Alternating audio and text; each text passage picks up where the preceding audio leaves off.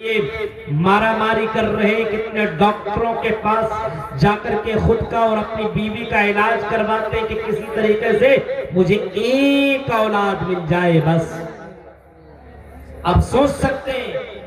یہ اولاد کتنی بڑی نعمت ہے جو ہمیں اور آپ کو ملی ہوئی۔ اب تصور کرو میرے بھائیو، ہماری اور آپ کی زندگی میں اولاد ہمیں اور آپ کو مل گئی۔ اب یہ اولاد اللہ کی طرف سے ایک بہت بڑی آزمائش ہے، بہت بڑا تحفہ ہے۔ ہمیں اور آپ کو یہ اولاد جیسی نعمت مل چکی ہے، اس اولاد کی قدر کرنی چاہیے، کیونکہ اولاد کے تعلق سے آپ کو قیامت کے دن جواب دینا پڑے گا۔ ایسا نہیں ہے کہ آپ باپ بن گئے، آپ ماں بن گئی، آپ بھائی بن گئے، تو اس کا یہ مطلب نہیں ہے کہ آپ کو مرنے کے بعد اس کا کوئی جواب نہیں دینا ہوگا، یا آپ اگر باپ ہے تو آپ کی کوئی ذمہ داری نہیں ہے۔ ایسا نہیں ہے، بلکہ اللہ رب العالمین نے اس کی ذمہ داری آپ کو سونپی ہے، اور کل قیامت کے دن آپ کو اس کی ذمہ داری کے بارے میں سوال کا جواب دینا ہوگا۔ آپ سے اس کی ذمہ داری کے بارے میں اللہ پوچھے گا، آپ کو اللہ کے یہاں جواب دینا ہوگا۔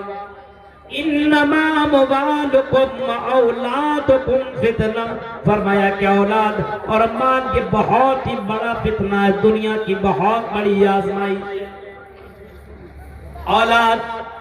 اور یہ مال، یہ دونوں کے دونوں بہت بڑے فتنے ہیں۔ اسی وجہ سے قرآن کریم کی دوسری جگہ اگر آپ پڑھیں گے تو اللہ کہتا ہے یا ایھا الذین آمنوا لا تلہکم اموالکم ولا اولادکم عن ذکر اللہ، ایمان والو تمہیں تمہاری اولاد اور تمہیں تمہارے مال اللہ کی عبادت سے اور اللہ کے ذکر سے کہیں تم کو دور نہ کر دے۔ یہ اولاد اتنی بڑی آزمائش ہے کہ اولاد کے چکر میں لگ کر کے آدمی اپنے آپ کو تباہ و برباد کر، اپنی دنیا برباد کر لیتا ہے، اپنی آخرت خراب کر لیتا ہے۔ اولاد کی محبت میں اتنا گرفتار ہو جاتا ہے کہ دنیا میں اتنا ڈوب جاتا ہے، اور اپنے اولاد کو اچھا بنانے کے چکر میں، اپنے اولاد کو خوش کرنے کے چکر میں اللہ ہی کو بھول بیٹھتا ہے۔ نماز، روزہ، یہ ساری چیزیں انسان ختم کر دیتا ہے، اور صرف اپنے بچوں کے خوشی کے لیے وہ زندگی کاٹتا ہے۔ اسی وجہ سے قرآن چیخ کر کے کہتا ہے لا تلہکم اموالکم ولا اولادکم عن ذکر اللہ، اے لوگوں کہیں تمہیں تمہارے مال اور تمہاری اولاد تمہیں اللہ کے ذکر سے، اللہ کی عبادت سے، اللہ کی بھکتی سے کہیں تم کو دور نہ کر دیں۔ تو اولاد بہت بڑی آزمائش ہے۔ جن کو اولاد مل گئی بیٹے کی شکل میں یا بیٹیوں کی شکل میں، آپ سمجھ جائیے آپ کے اوپر ایک بہت بڑی ذمہ داری آ جائے، بہت بڑی ذمہ داری۔ اور اگر آپ نے اس بچے کی ذمہ داری صحیح سے نبھا لی، اس بچے کو صحیح معنوں میں اگر آپ نے تربیت دے دی، آپ نے اس کو اسلامی لباس پہنا دیا،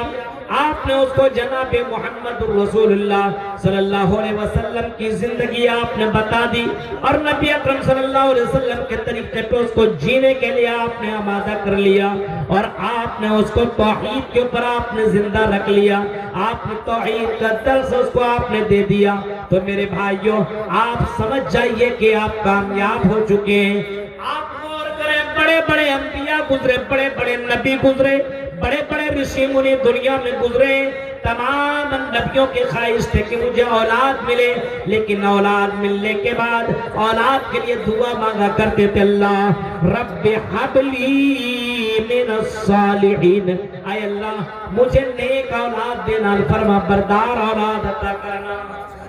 نیک اولاد دینا لیکن نیک اولاد دینا۔ اب یہ نیک اولاد کیسے ملے؟ اچت پور کے لوگوں غور کرو، یہ نیک اولاد ہمیں اور آپ کو نصیب کیسے ہو؟ نیک اولاد کے لیے آپ کو نیک بننا پڑے گا، آپ کو نیک لڑکی لانی پڑے گی، دیندار لڑکیوں کو سلیکٹ کرنا پڑے گا، دیندار بیوی کو آپ کو اپنے گھر کے اندر لانا ہوگا، تب آپ کی زندگی میں نیک اولاد پیدا ہوگی۔ اب ایسا نہ ہو کہ آپ کی نظر کسی ایسی لڑکی پہ لگ جائے جو دکھنے میں بہت سندر ہو، بہت خوبصورت ہو،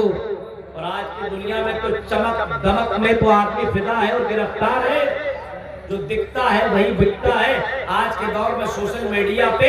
اگر کسی کے اوپر نظر پڑ گئی اور وہ اچھی لگنے لگی، دونوں میں دوستی بنی اور بعد میں پتا چلا کہ دونوں نے آپس میں کورٹ میرج کر لیا، دونوں نے بھاگ کر کے شادی کر لی اور دونوں نے آپس میں ایک دوسرے کے ساتھ بندھن میں بندھ چکے، یہ حال ہو چکا ہے۔ اب آپ بتاؤ اللہ کے نبی کیا کہہ رہے نوجوانوں؟ اے نوجوانوں، نکاح کرو، یا معاشر الشباب من استطاع منکم الباءۃ، اے نوجوانوں اگر نکاح کرنے کی طاقت رکھتے ہو تو جلدی سے تم نکاح کر لو، نکاح میں دیری مت کرو، کیونکہ اگر تم نکاح میں دیری کرو گے تو غلط کام میں ملوث ہو سکتے ہو، اس وجہ سے نکاح کرو۔ فَإِنَّهُ أَغَضُّ لِلْبَصَرِ، کیونکہ یہ نکاح گناہ، یہ اغض للبصر، یہ آپ کی نگاہوں کی حفاظت کرتا ہے، وَأَحْسَنُ لِلْفَرْجِ، اور آپ کی شرمگاہ کی حفاظت کرتا ہے۔ نکاح کے فائدے بھی اللہ کے نبی جناب محمد رسول اللہ نے بتا دیے کہ اگر تم نے وقت پہ نکاح کر لیا تو تم برائیوں سے بچ جاؤ گے، اپنی آنکھوں سے غلط کام کرنے سے بچ جاؤ گے، اپنی شرمگاہ کا غلط استعمال کرنے سے بچا لو گے۔ امام کائنات باقاعدہ ترجیح دے رہے ہیں اور نوجوانوں کو بھارتے ہوئے کہہ رہے ہیں، نوجوانوں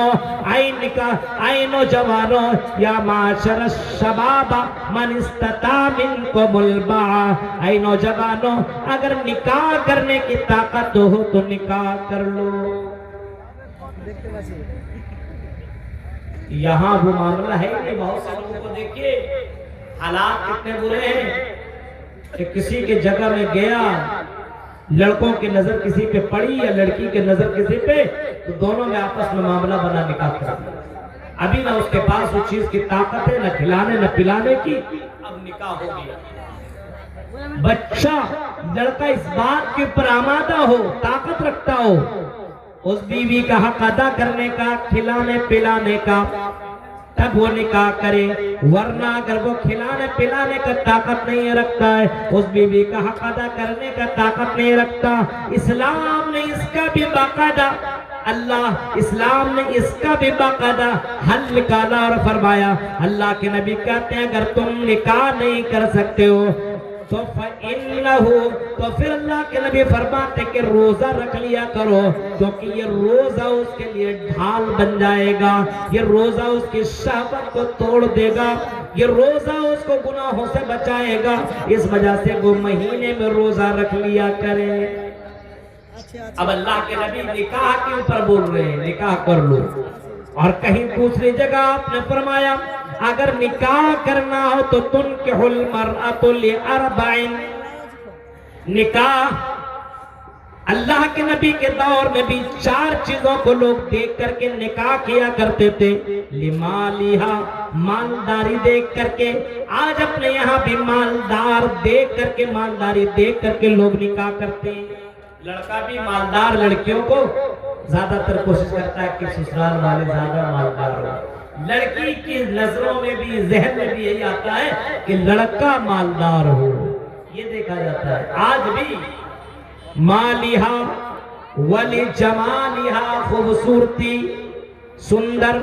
ہینڈسم، بیوٹیفل، لڑکی دکھنے میں کتنی زیادہ خوبصورت ہو، زیادہ تر لوگ خوبصورتی کے پر مر مٹتے ہیں۔ اللہ کے نبی فرماتے ہیں کہ زیادہ تر لوگ جمالہا، خوبصورتی کو دیکھ کر کے نکاح کرتے ہیں، ولی حسبہا، حسب و نسب بھی دیکھ کر کے، خاندان دیکھ کر کے لوگ نکاح کرتے ہیں، ولی دینہا، اور دینداری دیکھ کر کے لوگ نکاح کرتے ہیں۔ اللہ کے نبی فرماتے ہیں ان 4 چیزوں میں سے تو لوگ دیکھ کر کے نکاح کرتے ہیں، لیکن میری مانو تو محمد رسول اللہ اگر تمہیں مشورہ دیں تو اس بات کا تمہیں مشورہ دیں گے اگر نکاح کرو تو دیندار لڑکیوں کو دیکھ کر کے نکاح کیا کرو، فَاظْفَرْ بِذَاتِ الدِّينِ، دیندار لڑکیوں سے نکاح کرو گے تو تیری دنیا بھی اچھی ہو جائے گی اور مرنے کے بعد کی زندگی بھی تیری خوبصورت ہو جائے گی۔ دیندار لڑکیاں تیری زندگی کو خوبصورت بنا